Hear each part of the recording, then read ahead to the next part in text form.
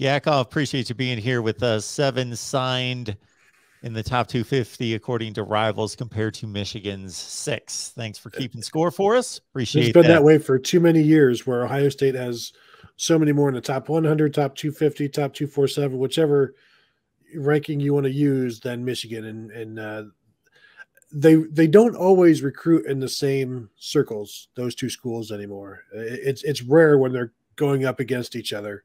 And now Michigan will still win some of those, like they did with Will Johnson, the 2022 5-star corner. Of course, he was an in-state prospect for Michigan, so that certainly helped. Wasn't he a legacy? Didn't his dad? He's also a legacy, yeah.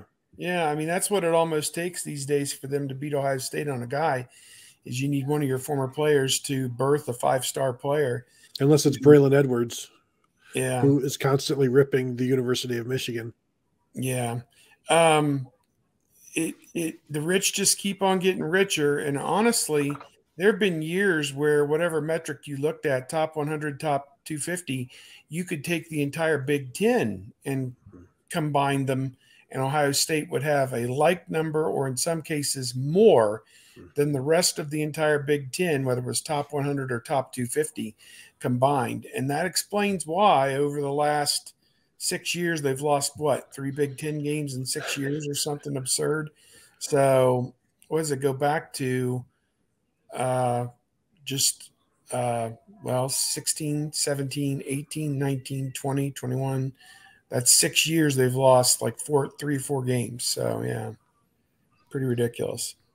And just to give some perspective on the recruiting rankings, if you go by the total team number, not the per player number, but the overall ranking, where Ohio State has 300 points and Michigan has 260. Ohio State at number 4 in the nation for 2022, Michigan at 8.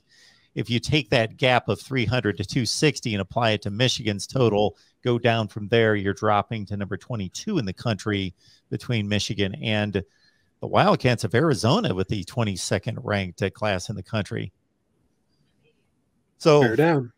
Once you hit the elites, it drops considerably. The gap between number 1 Texas A&M and 13 Kentucky, which, you know, that's the best they've done in forever, literally forever, is the same as between 13 and 75. That's how much that drops. So the slots are not all created equal. Do they count offensive line production in this returning production? So if you've got all your running game back with Henderson, Williams, et cetera, Teague, but all 5 offensive linemen were gone, well, that's the major contributing factor to their yardage. Yeah, I don't understand. How do you combine yards with like starts or snaps of your offensive line? I don't know how you mix those two when they're 2 different shaped objects. I don't know how all of that works together, what formula they use. There's a lot of analytics, and I understand almost none of it.